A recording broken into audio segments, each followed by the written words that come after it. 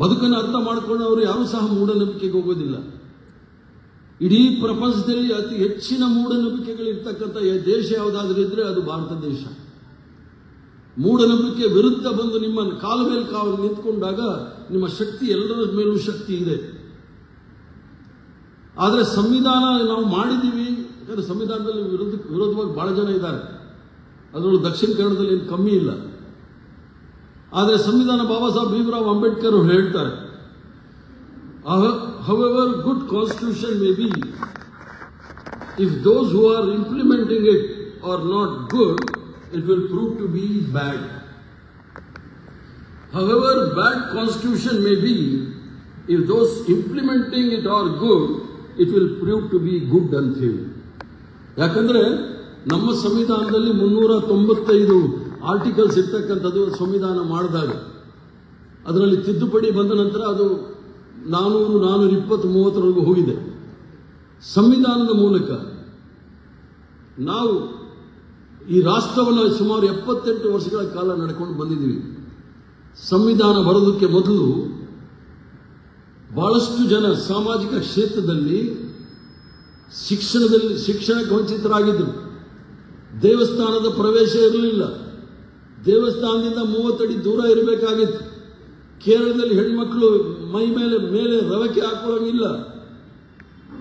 ಅಸ್ಪೃಶ್ಯತೆ ಎಲ್ಲವೂ ಸಹ ತಾಂಡವಾಡ್ತಾ ಇರೋ ಸಂದರ್ಭದಲ್ಲಿ ಗುರು ನಾರಾಯಣರವರು ಈ ಒಂದು ಕೇರಳದಲ್ಲಿ ಪ್ರಾರಂಭ ಮಾಡುವಾಗ ದೇವಸ್ಥಾನದೊಳಗಡೆ ಎಲ್ಲರಿಗೂ ಸಹ ಪ್ರವೇಶ ಸಿಗಬೇಕು ಅಂದಾಗ ಬಹಳಷ್ಟು ವಿರೋಧ ಬರುತ್ತೆ. ಅದರಲ್ಲಿ ತ್ರಿವಾಂಕೂರ್ ಮಹಾರಾಜರಿಂದ ಹಿಡಿದು ಸಂಪ್ರದಾಯಸ್ಥರೆಲ್ಲರೂ ಸಹ ಶೂದ್ರರಿಗೆ ದೇವಸ್ಥಾನದ ಪ್ರವೇಶ ಮಾಡಲಿಕ್ಕೆ ಅವಕಾಶ ಇಲ್ಲ, ಪ್ರವೇಶ ಮಾಡಬಾರದು ಅನ್ನೋ ಸಂದರ್ಭದಲ್ಲಿ ಸುಮಾರು 1700 ಜನಕ್ಕೆ ಕೊಲೆ ಆಗುತ್ತೆ.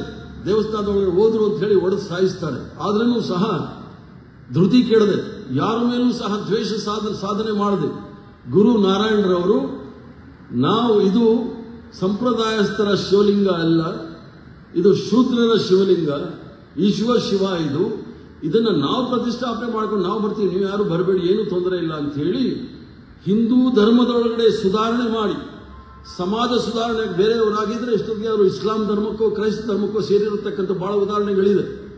ಅವ್ರು ಮಾಡ್ಬೋದಿತ್ತು, ಮಾಡಲಿಲ್ಲ. ಇದರಲ್ಲೇ ಸುಧಾರಣೆ ಮಾಡಿ ನಮ್ಮ ಜನಗಳಿಗೆ ಒಳ್ಳೆಯ ಅವಕಾಶಗಳನ್ನು ಕೊಡಬೇಕು ಅಂತ ಹೇಳಿ ಮೊದಲು ಸಂಸ್ಕೃತವನ್ನು ಅವರು ಸಹ ಪಠಣ ಮಾಡಿದರು. ತದನಂತರ ವಿಶ್ವದಲ್ಲೇ ಎಲ್ಲ ವಿಚಾರ ಗೊತ್ತಾಗಬೇಕಾದ್ರೆ ಇಂಗ್ಲಿಷ್ಗೂ ಸಹ ಹೆಚ್ಚಿನ ಪ್ರಾತಿನಿಧ್ಯವನ್ನು ಕೊಟ್ಟು ಮಲಯಾಳಂ ಮತ್ತು ಇಂಗ್ಲಿಷ್ ಜೊತೆಗೆ ಅವರು ಸಂಸ್ಕೃತವನ್ನು ಸಹ ಕಲಿತಂತ ಮಹಾನ್ ಪಂಡಿತ.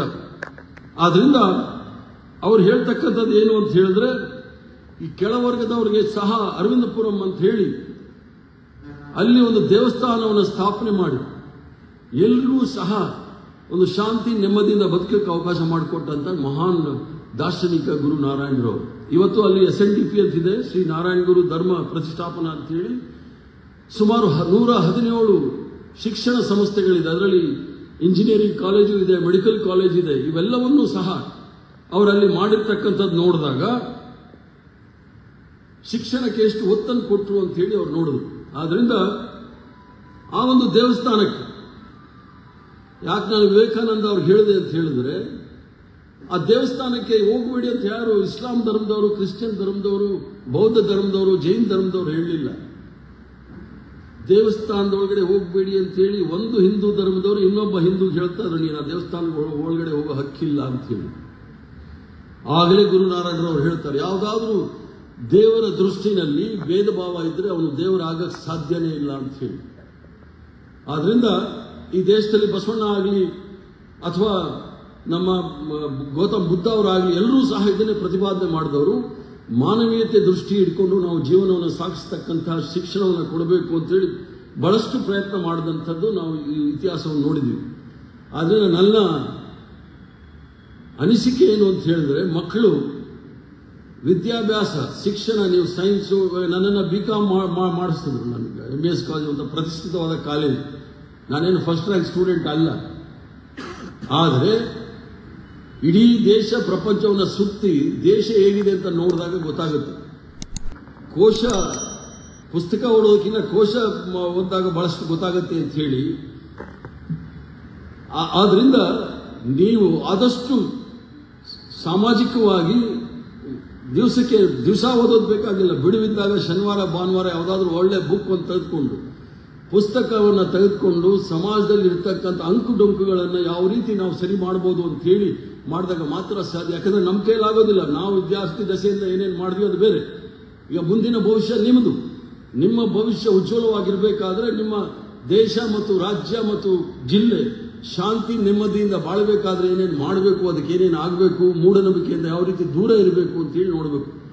ಮತ್ತೆ ಗುರು ನಾರಾಯಣರವರು ಇನ್ನೊಂದು ಹೇಳ್ತಾರೆ,